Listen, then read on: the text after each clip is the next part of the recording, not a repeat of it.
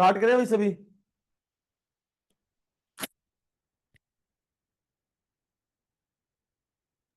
Yes sir.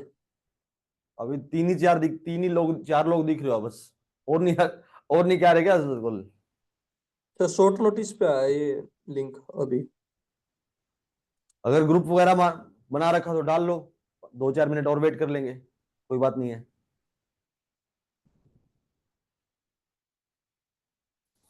बना रखा है क्या? करते हैं सर, 1 मिनट। हाँ कर लो, कोई नहीं, पता लग जाएगा।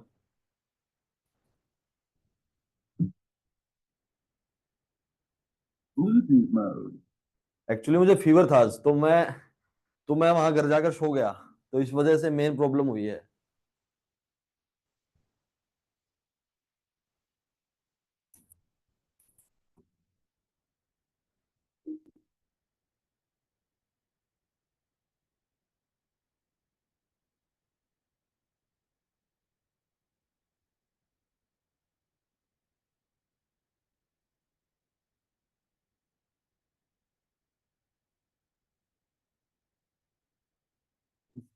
आप करो सर स्टार्ट, वो आ जाएंगे सर। रिकॉर्डिंग देख लेंगे बाद में सर, रिकॉर्डिंग मिल जाएगी।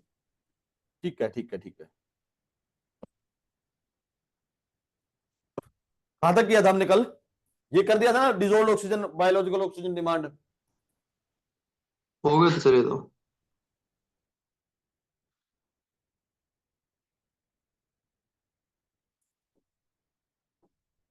आप लोगों को ये पता है, ये इंटरनेशनल डेज होते हैं जो, इंटरनेशनल डेज होते हैं जो, अर्थ डे कब मनाया जाता है वगैरह वगैरह, XYZ। नहीं सर। कुछ कुछ पता है सर। जैसे एक ओजोन डे मनाया जाता है 16 सितंबर को। ठीक है, अभी जैसे लास्ट अभी गया वो, तो ये मैं नेक्स्ट क्लास में आपको दे दूंगा सारे। ठीक है, आप मुझे मैसेज डाल देना। ठीक है।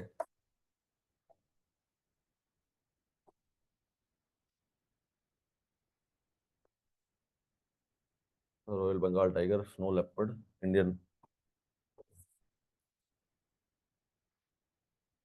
Great Indian bustard. Great Indian bustard एक पक्षी है जो मिलता है आपको राजस्थान के जोधपुर और जो जैसलमेर का रीजन है, थार डेजर्ट में, वहां मिलेगा भाई। ठीक है। गंगेटिक डॉल्फिन इंडिया का वाटर एनिमल है, और 2009 में बनाया था। कहां मिलता है? वाल्मीकि नेशनल पार्क, बिहार में।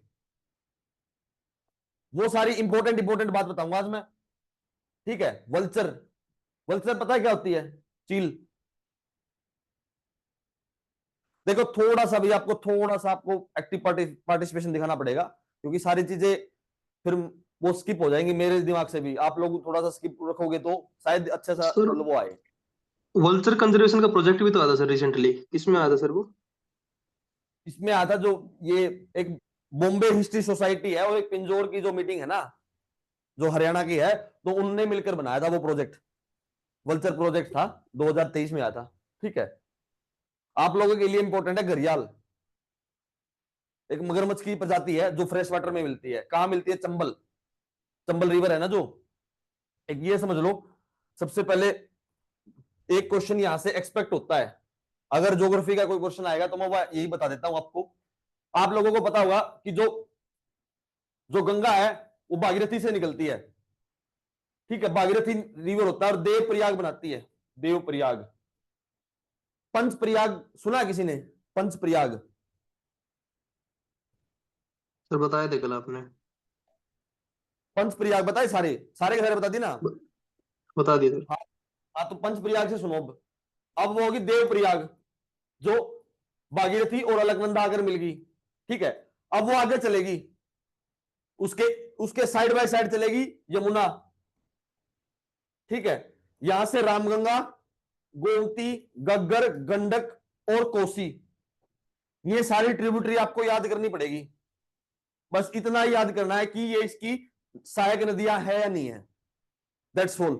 और इस साइड से है यमुना, और एक सोन नदी है, सोन, SON। और ये है रामगंगा। आप लोग नोट्स बना रहे हो ना साथ में अपने, जो इंपॉर्टेंट इंपॉर्टेंट बातें मैं बोल रहा हूं? Yes sir. देखो मैं आपसे रिक्वेस्ट कर सकता हूं, क्योंकि मैं ज्यादा लिख नहीं पाता, मेरे पास टाइपिंग वो नहीं है कोई। मैं ज्यादा जितना बोलता हूं लाइव उसमें, लाइव क्लास में, वो सारे चीजें आपको बता रहा हूं। ठीक है।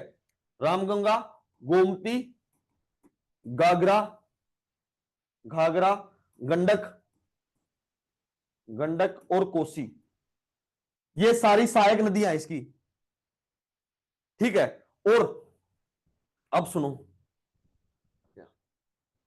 अब ये यहां से आगे आगे चलेगी, बिहार में आ चुके हम। बिहार में कोसी नदी है, कोसी। ठीक है। कोसी नदी बिहार में है और उसको बोला जाता है सोरो ऑफ बिहार,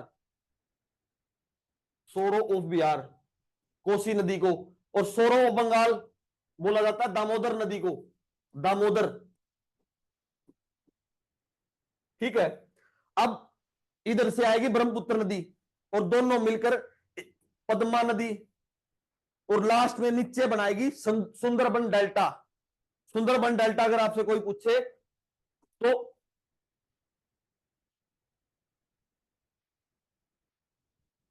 सुंदरबन डेल्टा पता है कहां है? सुंदरबन डेल्टा है जो बांग्लादेश है ना, नीचे बांग्लादेश के नीचे सुंदरबन डेल्टा है और वेस्ट बंगाल का पार्ट है।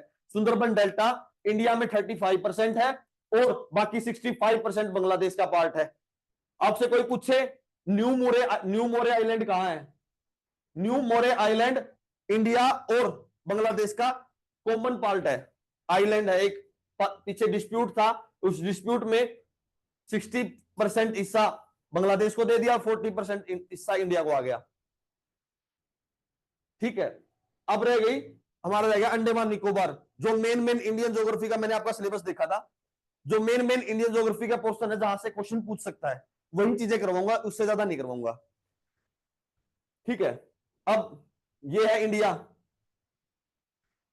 यहां तो है इंदिरा कोल, नॉर्थ मोस्ट पॉइंट इंदिरा कोल।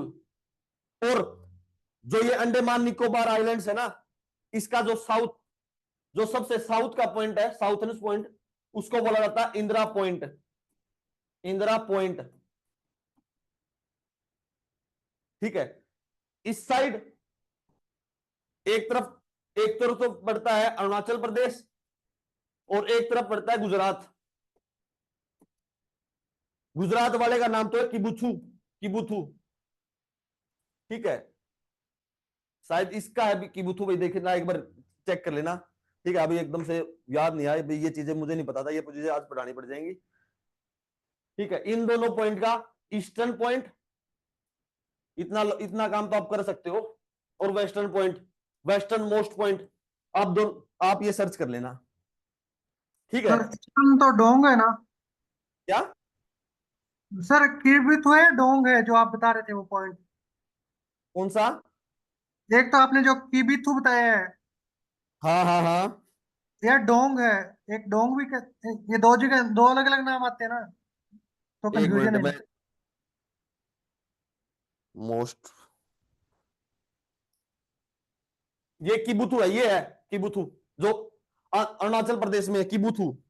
Yes sir. ठीक है। और वेस्टर्न पॉइंट और चेक कर लेते हैं फिर साथ ही साथ। सिर क्रीक होगा सर, सर क्रीक करके। अरे सर, गुहुर नाम है, गुहुर, GUHAR, गुहुर माटा भी बोल सकते हैं इसको, गुहुर माटा। ठीक है। और जो सर क्रीक बोल रहे हो ना, सर क्रीक इंडिया और पाकिस्तान का डिस्प्यूट है उस पर। सर तो सर क्रीक वो का तो किरबिथु में भी डिस्प्यूट ही है ना? क्या? किरबिथु में डिस्प्यूट है इंडिया और चाइना का। नहीं नहीं, वो अरुणाचल प्रदेश में अपना क्लेम जता रहे हैं चाइना वाले, यस इस सर। वजह से डिस्प्यूटेड एरिया है वो। जो अरुणाचल प्रदेश है, वो चाइना वाले ये बोलते हैं कि सारा का सारा हमारा है। Okay sir. ठीक है। इस वजह से वो डिस्प्यूटेड एरिया दिखा रहा है, अदरवाइज डिस्प्यूटेड नहीं है, क्योंकि अरुणाचल प्रदेश तो हमारा है। ठीक है। अब आप यस बात सर। सुनो, इंडिया और पाकिस्तान की लाइन जो बॉर्डर है उसको बोला जाता है रेड क्लिफ लाइन। देखो, मेरे को इतना बोला नहीं गया था, मैं आपसे पहले कह रहा हूं, लेकिन भाई मेरा मोटिव ये है, अगर आप मेरे से ज्योग्राफी पढ़ना या फिर कोई इन्वायरमेंट जीएस का पोर्शन पढ़ने आए हो, कोई नहीं है, मुझे 2 क्लास एक्स्ट्रा लग जाएंगी, मुझे कोई दिक्कत नहीं है, लेकिन आपका पेपर एग्जाम जो क्लियर होना चाहिए। ठीक है।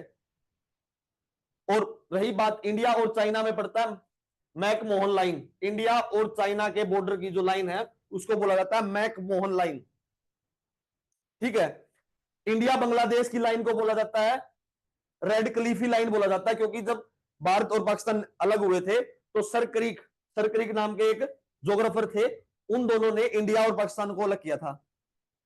इस वजह से बांग्लादेश का जो बॉर्डर है उसको भी सर क्रिक वो बोला जाता है, रेड क्लिफ लाइन बोला जाता है। ठीक है, सबसे लंबा बॉर्डर बांग्लादेश के साथ लगता है 4096 इतने किलोमीटर का बॉर्डर है बांग्लादेश के साथ। सबसे लंबा बॉर्डर है इंडिया का। इंडिया का टोटल बॉर्डर है 15,200 और कोस्ट लाइन कितनी है इंडिया की? 7516.6 कोस्ट लाइन। कोस्ट लाइन का मतलब समझ रहे होगा आप? Yes sir, yes sir. Request है, अगर आप एक्टिव पार्टिसिपेशन दोगे तो मैं एक क्लास एक्स्ट्रा लूंगा, मुझे कोई दिक्कत नहीं है। अदरवाइज देखो, सीधी सी बात यह है, अगर आप इंटरेस्ट नहीं लोगे तो मुझे ये लगेगा कि सामने वाले को समझ में नहीं आ रहा। नहीं नहीं सर, आ रहा सर। एक लाइव क्लास का यही फायदा होता है और कोई फायदा नहीं होता। ठीक है, रिकॉर्डेड में तो हम अपने हिसाब से पढ़ा कर जाते रहेंगे, भाई लाइव क्लास है, आपका इंटरेक्शन है, तो हम उस सारी चीजों को आपको एक्सप्लेन कर देंगे। कहा था कोस्ट लाइन, 7516 है, सबसे लंबी कोस्ट लाइन गुजरात की है। देखो ये वो सारे पॉइंट है जो अक्सर एग्जाम में पूछे जाते हैं आप लोगों से। 10 नंबर का आना है, मतलब 10 क्वेश्चन आने हैं और 40 नंबर का है। अगर इनमें से अगर एक भी पॉइंट हिट हो जाता है तो आपके लिए सिलेक्शन आसानी हो जाएगी। ठीक है, अब रहेगी बात अंडमान और निकोबार। अंडमान और निकोबार दो अलग अलग ग्रुप ऑफ आइलैंड है। अंडमान अलग है और निकोबार अलग है, और जो इन दोनों को अलग करता है उसको बोला जाता है 10 डिग्री चैनल। 10 डिग्री चैनल, समझ में आ गई? और इसी तरह लक्षद्वीप आइलैंड है।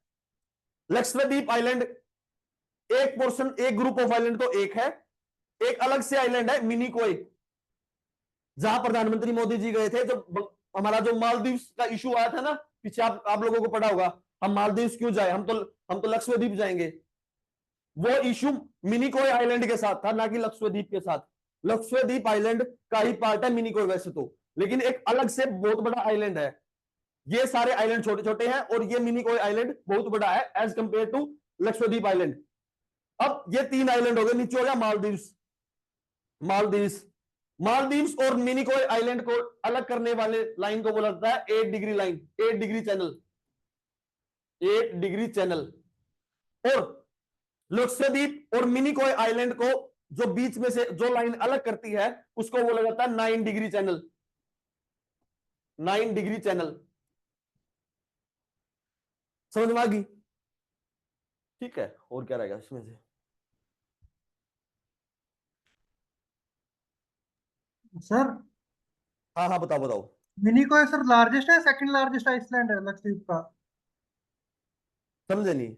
Largest in the sense area wise largest है। अच्छा, और सर एंड्रोट है वो? सुनो सुनो सुनो सुनो, वो लक्षद्वीप जो आइलैंड्स है ना, वो टोटल वो सारे ग्रुप्स ऑफ आइलैंड है, एक ही पार्ट में गिने जाते हैं। Yes sir. और जो मिनिकोय है वो थोड़ा सा अलग है, उस अलग के लिए बोल रहा हूं मैं, अलग उससे अलग है क्योंकि ये बड़ा है इसलिए अलग गिनाया जा रहा है।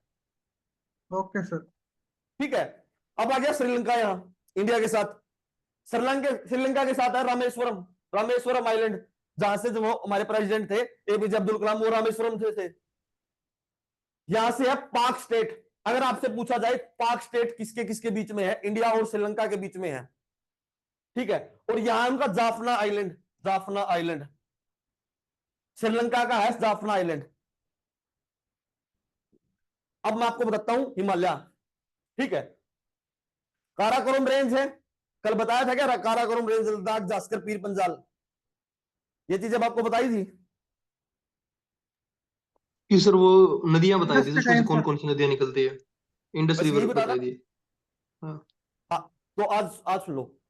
सबसे पहले काराकोरम रेंज। ठीक है, इसकी इसका जो क्वेश्चन आता है वो सिर्फ ये आता है कि अरेंज नॉर्थ टू साउथ, सिर्फ यही क्वेश्चन आएगा, इससे ज्यादा क्वेश्चन नहीं आएगा आप लोगों को। अगर आएगा तो यही क्वेश्चन आएगा। सबसे पहले आएगी काराकोरम रेंज, फिर लद्दाख, जास्कर और Pir Panjal. North to south में लिख देता हूं मैं, आप लोग लिख लेना। काराकोरम, लद्दाख, अब आ गया जास्कर, और अब आ गया पीर पंजाल। ये हो गया, ठीक है। और इस काराकोरम रेंज का ही एक आइलैंड है, वो एक माउंटेन है, उसका नाम है K2, जो पाक ऑक्युपाइड कश्मीर में है। पाक ऑक्युपाइड कश्मीर में है जो K2, ठीक है। और एक, अगर आप लोगों को पता होगा तो इंडिया का जो हिमालय ना ऐसे लिखा जाता है, ऐसे, इस तरीके से यूटर्न्स है यहां,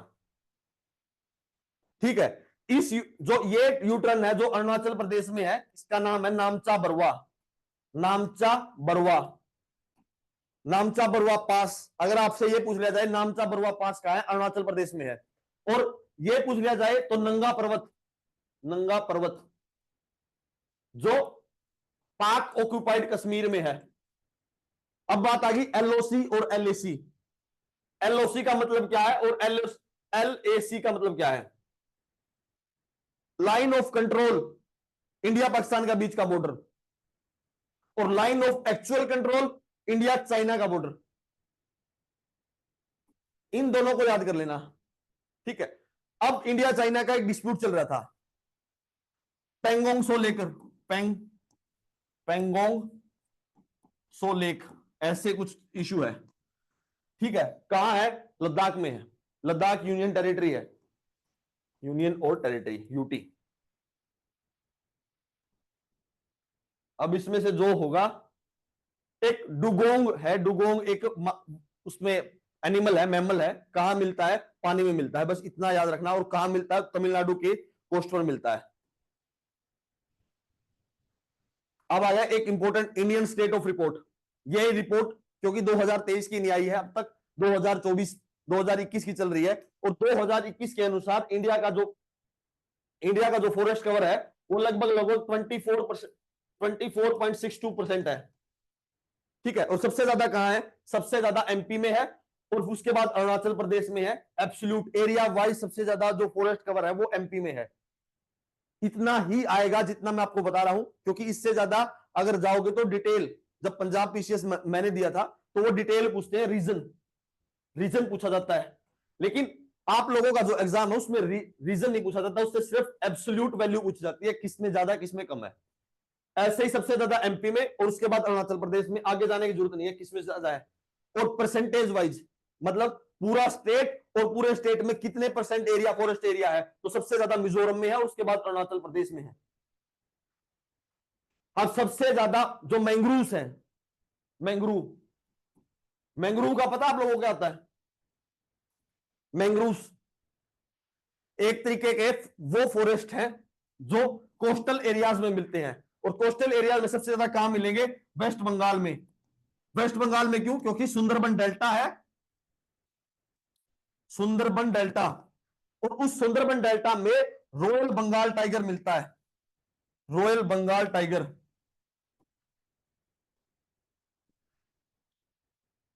अब क्वेश्चन आता है आप लोगों के लिए, क्वेश्चन क्योंकि आपका इंपॉर्टेंट है, ठीक है, वेटरनरी का एग्जाम है, तो ये याद रख लेना कि जो टाइगर है उसका साइंटिफिक नाम क्या है। आप लोग पता कर लेना अभी, मेरे पास इतना वो नहीं आता कि हम मतलब उसका साइंटिफिक नाम भी याद करें, तो लेकिन आप इसका एग्जाम प्रोस्पेक्टिव से याद रखना, ठीक है। इनसे ज्यादा चीजें मैं रिलेट नहीं कर पाऊंगा। और सबसे बड़ा टाइगर रिजर्व, एक इंपॉर्टेंट क्वेश्चन करंट अफेयर का है, गुरु घासीदास तिमूर पिंगला टाइगर रिजर्व 56वां टाइगर रिजर्व है, कहां है? छत्तीसगढ़ में, अभी बना जस्ट, कल बताया था क्या? Yes sir. आया था सर। हाँ, तो ये रहा नागार्जुन, ये आ गया देखो tiger reserve, Nagarjuna Sagar Shri Shailam tiger reserve सबसे बड़ा है। और परसेंटेज वाइज अगर टर्म में कोई बड़ा है तो पक्के टाइगर रिजर्व, ठीक है। मैंने मैंग्रोव एरिया बता दिया, मैंग्रोव एरिया सबसे ज्यादा वेस्ट बंगाल में है। सबसे ज्यादा बैम्बू, बांस कहां मिलता है? MP में मिलता है। और वेटलैंड एरिया, वेटलैंड वो एरिया जो दलदली धरती होती है, मतलब जहां पानी भी है पानी भी नहीं है, ठीक है, वो फिल्मों में दिखाते हैं, आप लोगों ने देखा होगा, वो वाला एरिया सबसे ज्यादा है गुजरात में, ठीक है भैया। एक आ गया wild life protection act. Wild life protection act 1972 में आया था, मैंने कल भी बताया था। आज एक क्वेश्चन है कि जो भोपाल गैस स्ट्रेटजी हुई थी 3 और 4 दिसंबर को 1984 में, उसमें कौन सी गैस थी? Methyl isocyanate. मिथाइल आइसोसाइनेट थी वो गैस, और उसके बाद आया था wild life protection act. Environment protection act 1986, उस भोपाल गैस स्ट्रेटजी के बाद आया था इन्वायरमेंट प्रोटेक्शन एक्ट। ये रहा। अब टोटल, अब सुनो भाई, टोटल रामसर साइट 85 है, 5 नई बनी थी, याद कर लेना। सबसे बड़ी सुंदरबन है और सबसे छोटी रेणुका वेटलैंड है। सुंदरबन मैंने आपको बताया वेस्ट बंगाल में है, रेणुका हिमाचल प्रदेश में है, और 5 नई बनी थी, उसमें से शायद एक पंजाब में भी थी। पंजाब की वेटलैंड आपको डिस्ट्रिक्ट वाइज याद होनी चाहिए, किस डिस्ट्रिक्ट में कौन सी है।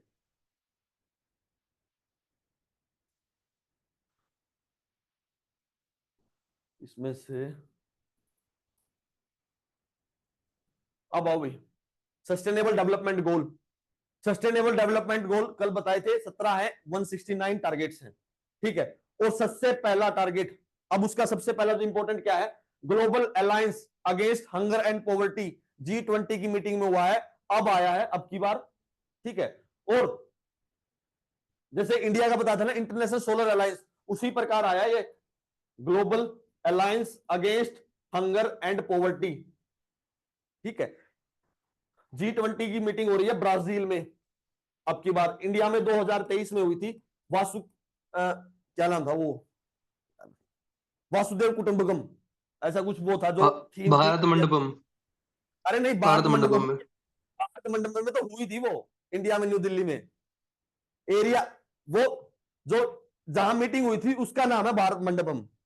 जो जो थीम थी ना, जो टारगेट था इंडिया का, वो वासुदेव कुटुंबकम था, ऐसा कुछ नाम था, वो कुटुंबकम करके था, वासुदेव ही शायद, सर इस ठीक है। वाली का क्या नाम है सर, थीम का?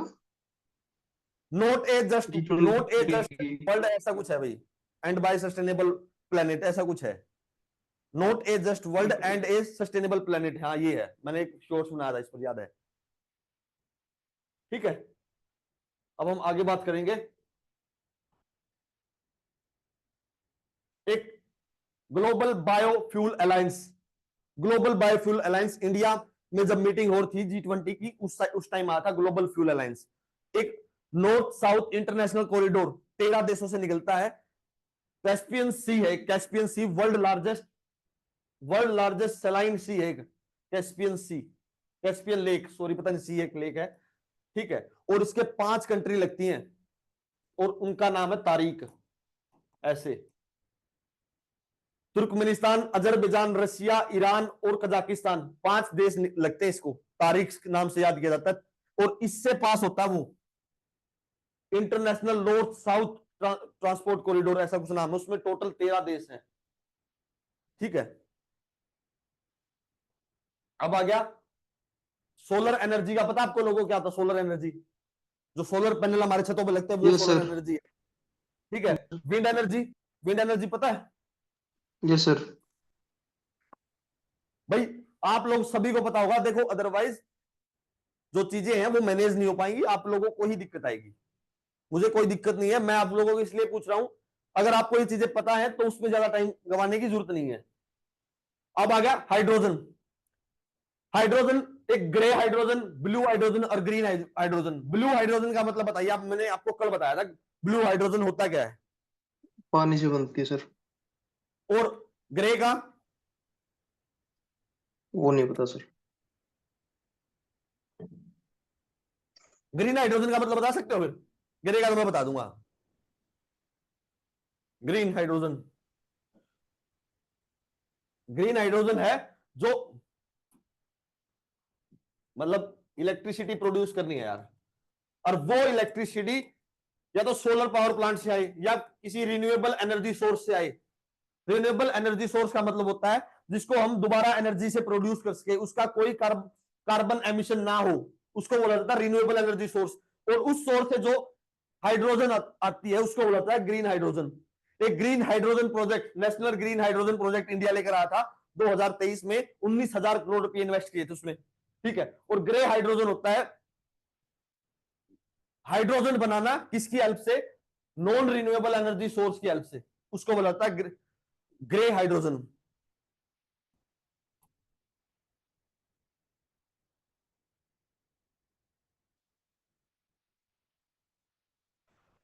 एक आ गया जियोथर्मल एनर्जी। जियोथर्मल एनर्जी वो होता है जो हम जो धरती की जो एनर्जी है उससे एनर्जी लेकर और जो हमारे टर्बाइंस है उनको यूज करते हैं, उनसे फिर एनर्जी बनाते हैं। कुछ चीजें समझ में आई, पहले तो बताओ जियोथर्मल एनर्जी का मतलब क्या होता है। Yes sir. अर्थ, जियो का मतलब अर्थ, थर्मल का मतलब हीट, और एनर्जी का मतलब जो जिससे एनर्जी एनर्जी प्रोड्यूस की जा सके। अर्थ की हीट यूज करके एनर्जी प्रोड्यूस करना जियोथर्मल एनर्जी होता है। 7 प्लांट है इसलिए बताए हैं, 7 जगह है।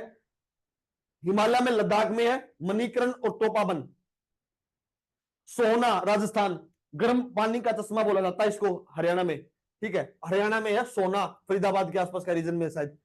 और वेस्ट कोस्ट में है महाराष्ट्र में कोनबे, ये है उसमें। एक मिनट भाई, एक मिनट।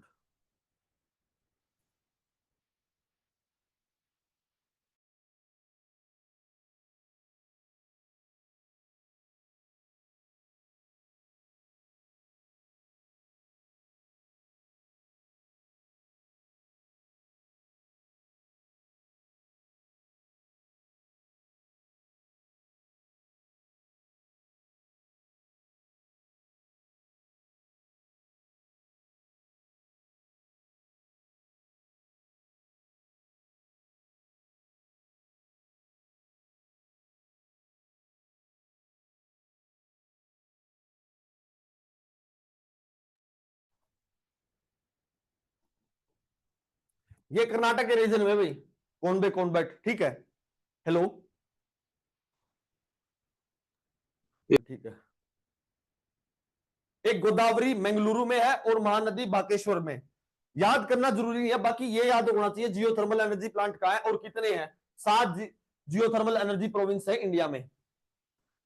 वही पोर्शन इंपॉर्टेंट है जो एग्जाम पॉइंट ऑफ व्यू से इंपॉर्टेंट है, बस वही करवाएंगे, इससे ज्यादा नहीं करेंगे, क्योंकि क्वेश्चन 10 है आपके लिए, जो उसमें से 100 नंबर का एग्जाम आपका खुद का है, ठीक है।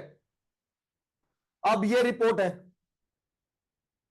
एनर्जी ट्रांजिशन इंडेक्स, ये याद कर लेना, WEF, इसके द्वारा दी जाती है बस, और इंडिया के लिए इंपॉर्टेंट नहीं है। आ जाओ भाई, ये है zero budget natural farming. Subhash Parrikar एक कर्नाटक का एक आदमी था, उसने दिया था कि जीरो बजट नेचुरल फार्मिंग करेंगे, और उसमें क्या होगा, उसमें 4 प्रकार क्या होगा, बीजामृतम, जीवमूत्रम, वास्पा और अचदाना। बात ये है भैंस का गोबर वगैरह यूज करके, ठीक है, उसमें ही लगाए जाएंगे, और जीरो बजट नेचुरल फार्मिंग है, सिंपल सी बात ये। इंपॉर्टेंट ये है किसने दिया था, सुभाष पारिकर ने, इतना ही इंपॉर्टेंट है, ठीक है। National programme for organic production, organic produce करने के लिए जैविक बीज लोगो, FSSAI, इसने दिया था, बस कितना ही इंपॉर्टेंट है। एक्वापोनिक्स, हाइड्रोपोनिक्स और एरोपोनिक्स का मतलब पता है, एक्वापोनिक्स, हाइड्रोपोनिक्स और यस सर। एरोपोनिक्स, भाई सभी को पता होना चाहिए। देखो मुझे बताने में कोई दिक्कत नहीं है, सभी को पता होना चाहिए। अब इंटरनेशनल ईयर ऑफ मिलेट्स 2023 में बनाया गया था, ठीक है, बस यही पूछ सकता है इंटरनेशनल ईयर ऑफ मिलेट्स कब मनाया जाता है, 2023 में, सिर्फ यही, ठीक है। सोयल हेल्थ कार्ड में 12 पैरामीटर्स में नापा जाता है, और सबसे जो इंपॉर्टेंट है वो एनपीके आप लोगों को पता होगा, नाइट्रोजन, पोटासियम और फॉस्फेट है शायद ये।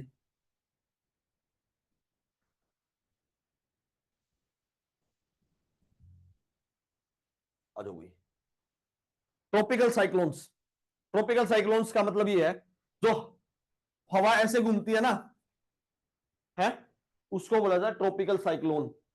जो इंडियन ओशियन रीजन है, सभी ओशियंस का नाम पता आपको, ocean, Pacific ocean, Atlantic ocean, कौन सा कहां है, ये सारी चीजें पता है यस सर। भाई। एक रिक्वेस्ट है, आप इस चीज को, क्योंकि ये ज्योग्राफी का क्वेश्चन है, ज्योग्राफी एनवायरमेंट, अगर आपको समझ में आ गई तो आ गई, अदरवाइज नहीं आएगी। ठीक है, एक चीज सुन लो बस अब,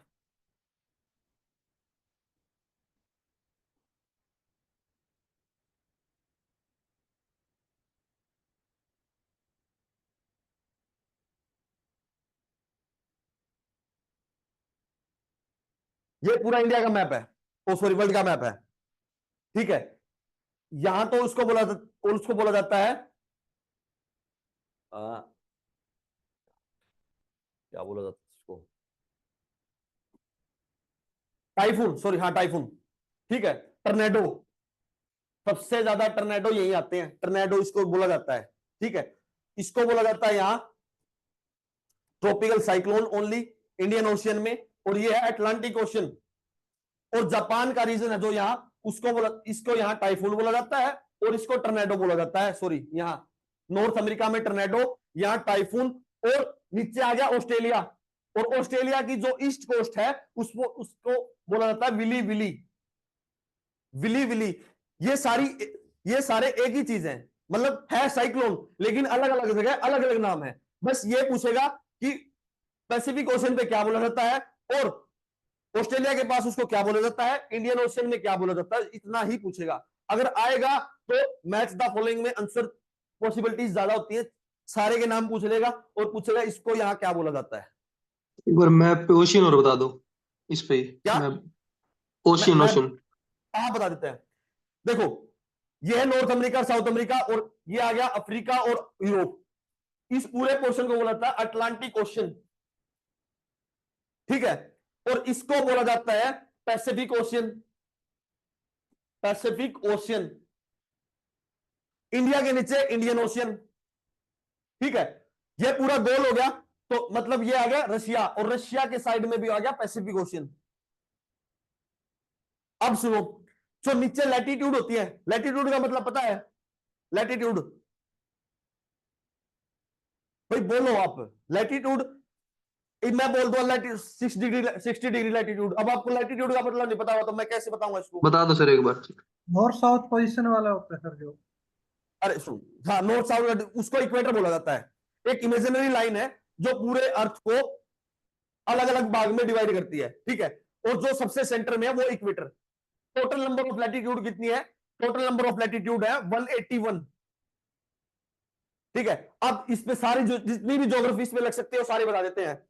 अब वैसे ही जैसे 0 डिग्री है ना, जो 0 डिग्री इक्वेटर, जिसको इक्वेटर बोला जाता है, उसके बाद 1 डिग्री आएगी, उसके बाद 2 डिग्री आएगी, जब ऊपर चलेंगे ऐसे ही नीचे आएंगे, ऊपर आ गया नॉर्थ, नीचे आ गया साउथ। जब साउथ में 60 डिग्री आ जाएगा, और 60 डिग्री के बाद का ओशन बोला जाता है साउथर्न ओशन। अभी बनाया जस्ट इस वजह से इंपॉर्टेंट है। ठीक है, हो रह गया। अब सुनो, ट्रॉपिक ऑफ कैंसर सुना है, ट्रॉपिक ऑफ कैंसर, कर्क रेखा, हिंदी में भी किसी को होता है कर्क रेखा, इंडिया के 8 स्टेट से पास होती है। 8 state, Gujarat, Rajasthan, MP, Chhattisgarh, Jharkhand, west Bengal, Tripura और मिजोरम, 8 स्टेट हो गया। दोबारा बताऊं, सबसे पहले गुजरात, फिर आ गया राजस्थान, फिर आ गया एमपी, फिर आ गया झारखंड, छत्तीसगढ़, वेस्ट बंगाल, त्रिपुरा और मिजोरम, 8 स्टेट से पास होती है। उसके बाद बीच में से बांग्लादेश भी आ जाता है। ठीक है, इधर आएगा बांग्लादेश, यहां बांग्लादेश, बांग्लादेश के बाद त्रिपुरा, मिजोरम और म्यांमार, फिर चाइना। और इंडिया से इक्वेटर पास नहीं होता, मैंने बताया था आपको। और जो इक्वेटर पास होता है वो मालदीव से पास होता है, मालदीव्स। इससे ज्यादा इंपॉर्टेंट नहीं हो सकता। दूसरा सुन लो, अब यह है रेड सी। कहां है रेड सी, रेड सी का मतलब पता है आपको कहां है, नहीं सर। अफ्रीका है बीच में सर। देखो ये अफ्रीका, ये पूरा अफ्रीका, अफ्रीका, और ये आ गया सऊदी अरब वगैरह, जो यूएई है, यमन, ओमान। ठीक है, इन दोनों के बीच में रेड सी, और एक स्वेज कैनाल बनाना, मतलब ये है, मैं आपको स्वेज कैनाल बताना चाहता था। स्वेज कैनाल एशिया और अफ्रीका को अलग करती है। जहां इजराइल गाजा का आज के दिन जो कॉन्फ्लिक्ट चल रहा है वो उसके पास है, इजिप्ट से पास होती है। इजिप्ट को दो भागों में बांट देती है, EGYPT, इजिप्ट को दो भागों में बांट देती है। स्वेज कैनाल रेड सी और मेडिटेरियन सी और रेड सी को मिलाने वाली जो लाइन है वो स्वेज कैनाल है। ठीक है, कब बनी थी? 1859 के आसपास बनी थी भी, एग्जैक्ट पता पूरा नहीं पता है, लेकिन यहां बनी थी ये पता है।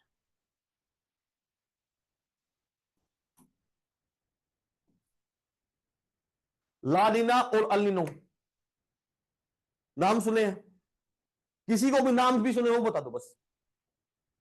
अल नीनो सुनिए और सर। ला नीनो। एल निनो सुनिए सर। हाँ, अल नीनो और ला नीनो इंडियन मानसून से रिलेटेड है। अब इंडियन मानसून बता देता हूं, पहले थोड़ा सा समझ लो, क्योंकि सबसे ज्यादा जो क्वेश्चन आ सकता है उसका ये है कि इंडियन मानसून सबसे पहले आती कहां है? 1 जून को केरल में आती है, केरल में। ठीक है, और जो पंजाब और हरियाणा का जो रीजन है वहां जो बारिश होती है ये आ गया अरेबियन सी। बढ़ाना पड़ेगा यार।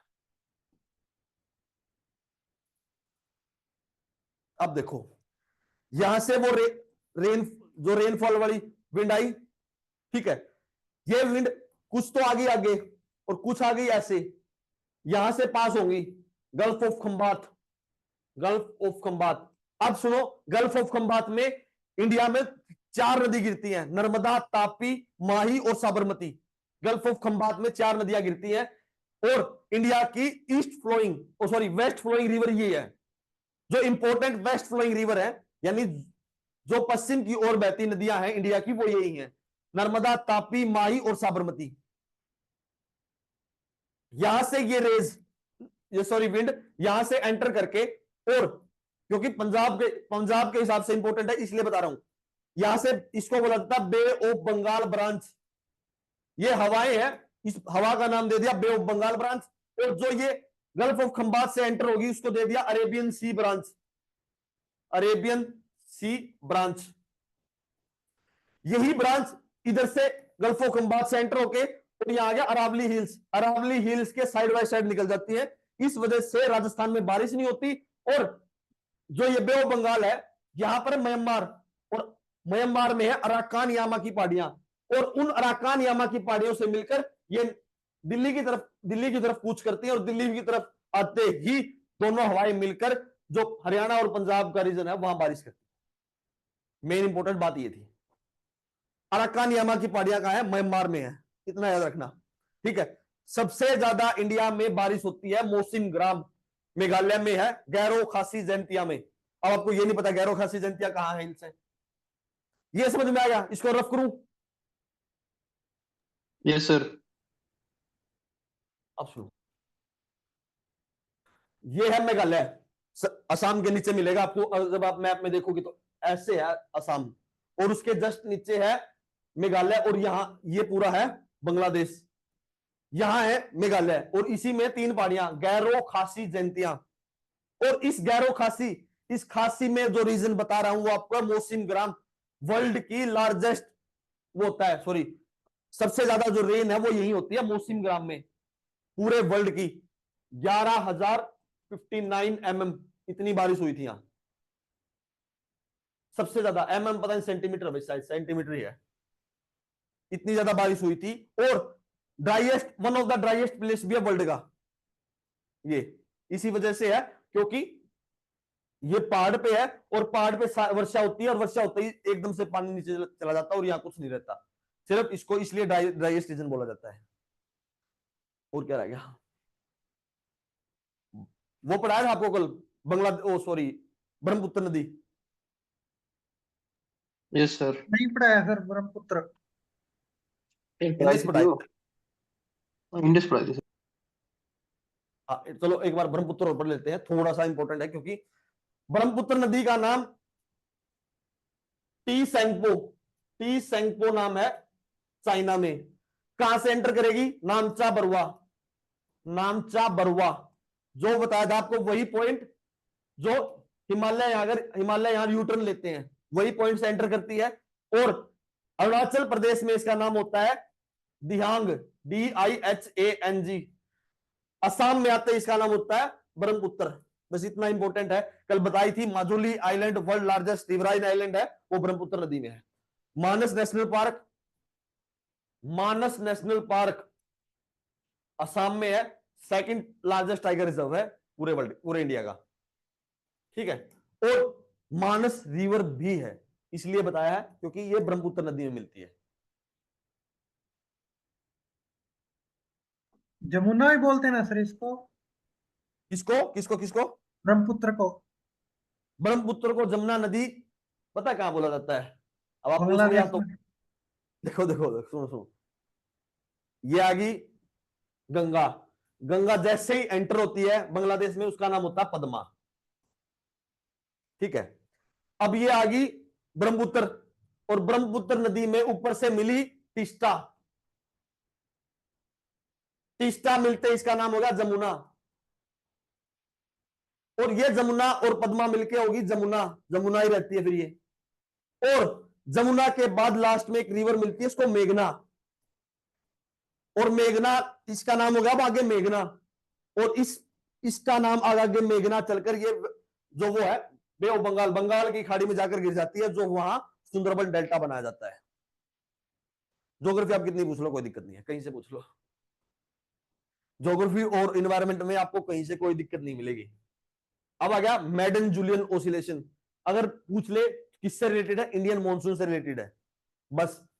उसके बाद आ गया इंडियन ओशियन डाइपोल।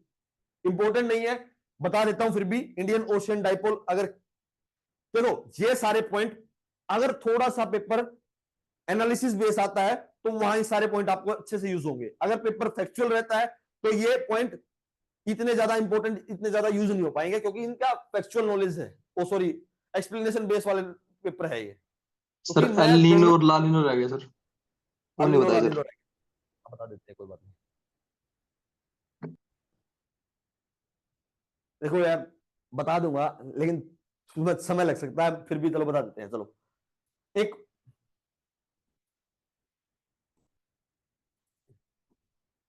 ये तो हो गया ऑस्ट्रेलिया,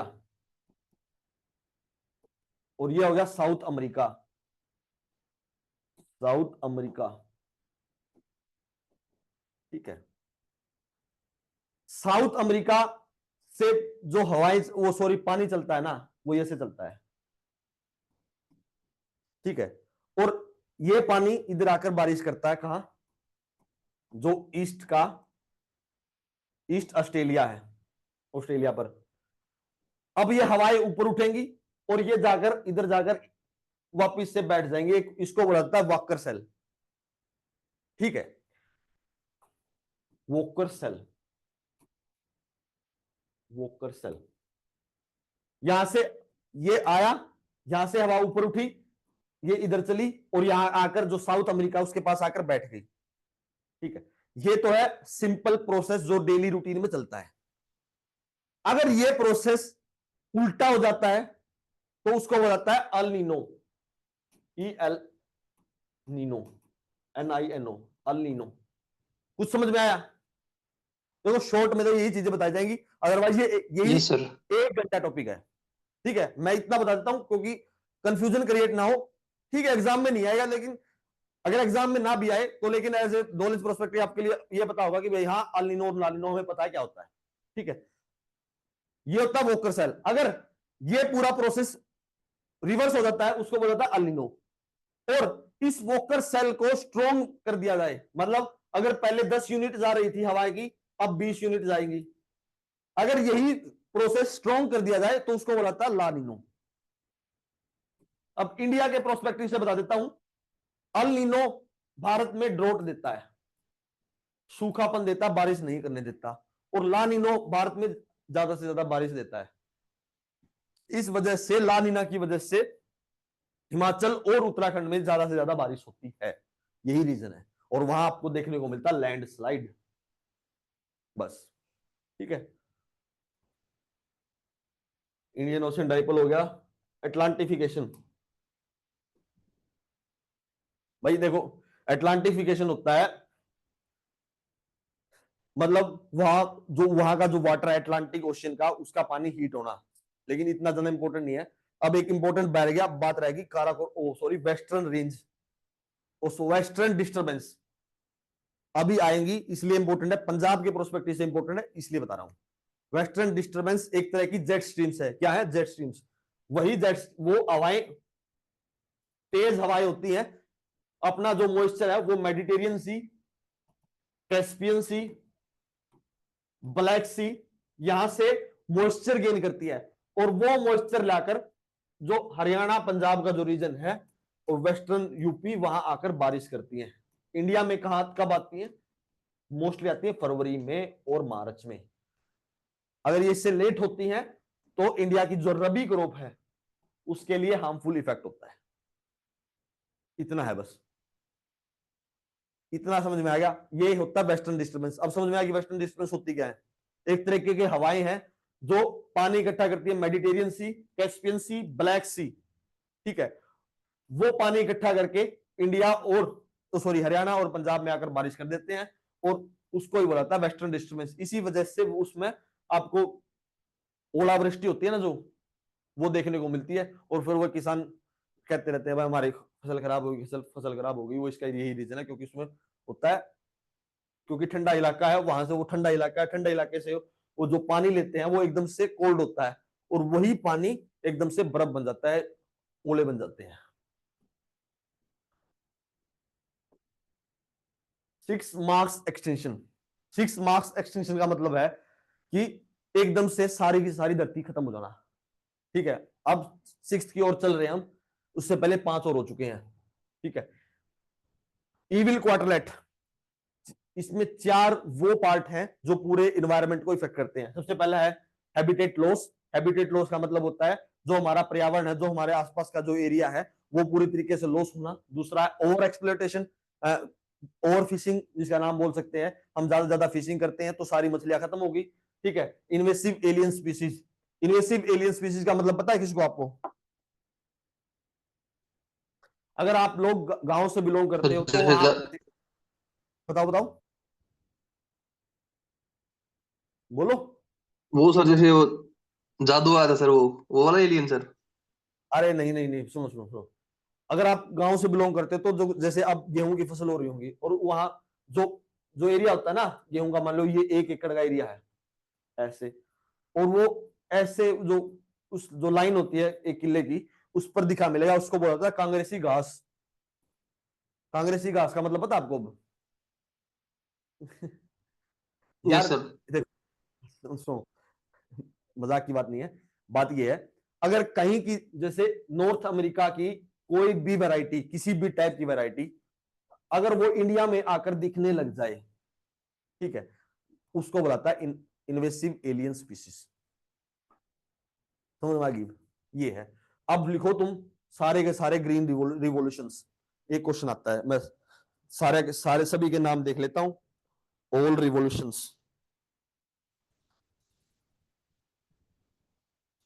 सबसे पहले ग्रीन रिवॉल्यूशन।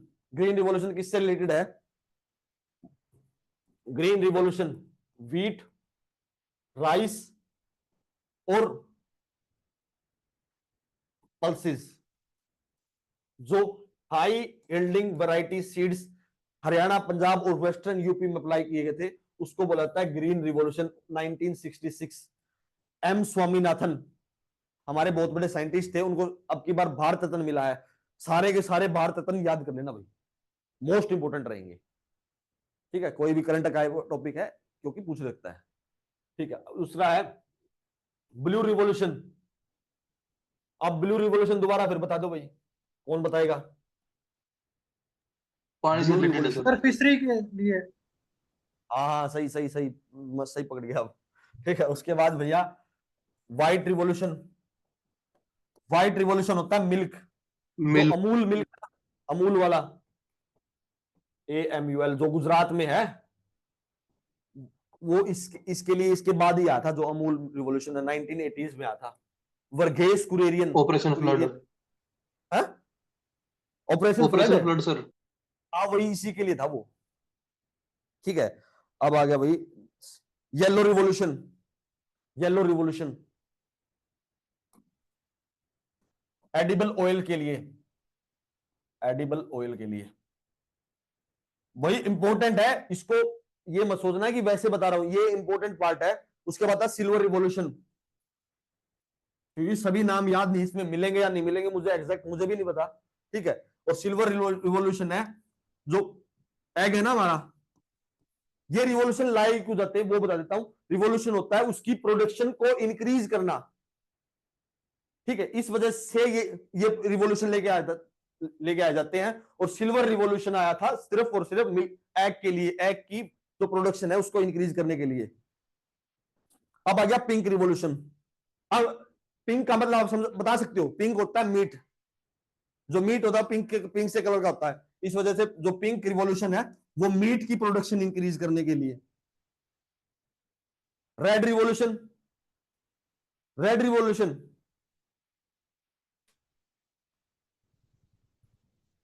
एक मिनट भाई, टोमेटो सर। हाँ हाँ टमाटो भी है, ठीक है। कई जगह मीट भी लिखा मिलेगा, लेकिन एग्जैक्ट उसके लिए टमाटो के लिए ही।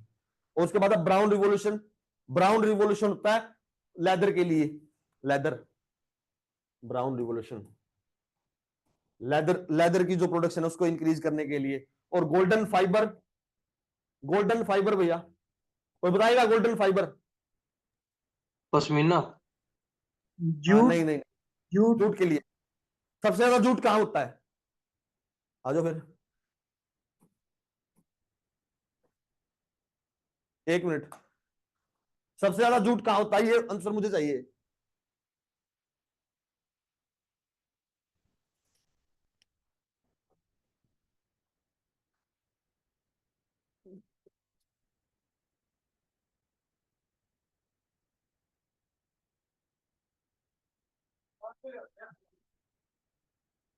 सबसे ज्यादा जूट कहाँ होता है, जूट?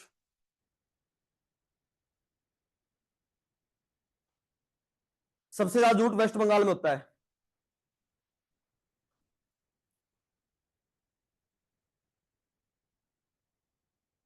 अब बताओ साइंस और टेक का, साइंस एंड टेक्नोलॉजी का किसको पढ़ना है, ये सेल वगैरह पढ़ाने की नहीं जरूरत है सर, ये क्या? तो है सर सिले, नहीं और नहीं ये सर है सिलेबस में। वगैरह सब है सर, सब है। अनुराग सर आपसे बात करना चाहेंगे। हेलो। मेरे ख्याल में अब जीएस के अंदर में है ना, दो टॉपिक बचे हैं। और जो क्वांट है आपका, जो पार्ट सी है, उसके अंदर में सिर्फ और सिर्फ जो डाटा इंटरप्रिटेशन है वो बचा हुआ है। आपको पंजाब करना है कि नहीं करना है? करना है बोलिए। सर। तो पंजाब के सर, वो हिस्ट्री सर, उसके सिख, वो मॉडर्न हिस्ट्री ऑफ पंजाब है ना सर, वो मेनली सर वो है सर, और एक वो है उसमें। प्रॉपर आपकी एक बुक आती है, साडा पंजाब करके एक बुक आती है, वो मैंने पढ़ी है। और उसके हिसाब से मैं आपके बना रहा था प्लान कि मैं जो एडमिनिस्ट्रेशन है और जो डिफरेंट रीजन्स बढ़ते हैं पंजाब के वो बता दूंगा। एक बार में ज्योग्राफी बता देंगे। उसके बाद जो आपकी है, जो हिस्ट्री है, जिसके अंदर में जो सिखिज्म है, और उसके अलावा जो हिस्ट्री चल रही है सिखिज्म के बाद से, जिसमें पंजाब वाला, जो पाकिस्तान वाला पंजाब है वो भी आएगा, वो मैं आपकी मंडे से लूंगा। कल एक बार और सर जो है सर करेंगे। पहले पार्ट सी को खत्म करेंगे, जिसके अंदर में क्वांट हो रहा है। और कोई इश्यू है तो बताइए, कोई इसके अंदर में सर ठीक बता रहे हैं, कुछ और इश्यू तो नहीं है? नहीं सर, कोई इशू नहीं सर। ठीक है, ठीक है, ठीक। और क्वांट में वो हो गया है कि कुछ और करवाना है? किसी को डाउट है तो बताओ, उसके ऊपर में और क्वेश्चंस करवाए जाएं, या एक और सेशन लेना पड़ेगा क्या? पार्ट सी के अंदर अगर किसी को कोई डाउट बचा हुआ है जो अभी तक करवाया है, अगर आप बताओगे तो कुछ और क्वेश्चंस करवा के कर लिया जाएगा। आप सबके सब या तो इस पे डाल देना, या डॉक्टर अमित से बात कर लेना, उनसे देख लेके जैसा भी होता है वो बना लेंगे। ठीक है। सर एक मेगा क्लास नहीं हो जाएगी सर, जिसमें सर एक बार मतलब हर किसी के सर जो मोटे मोटे फार्मूलेज है, जैसे रिवीजन का है सर, कि मतलब वो हर किसी का एक एक टाइप का क्वेश्चन करवा ले जाए एक वो मेगा क्लास में। ठीक है, वो ऐसा कर लेंगे। नहीं, एक रिवीजन का है ना, जो नेक्स्ट वीक में, एक रिवीजन में आपको 2 क्लास ऐसी करवा देंगे, जिसके अंदर में आपका जो मैथ है उसके सारे सारे फॉर्मूले वगैरह हो जाएंगे। और एक क्लास के अंदर आपको जो रीजनिंग के जितने क्वेश्चन आते हैं ना, उनका एक एक टाइप लेके, ताकि आपको याद रहे, ताकि पेपर में आपको इजी हो जाए। ठीक है। ठीक है, चलिए, okay. That's all for today, thank you.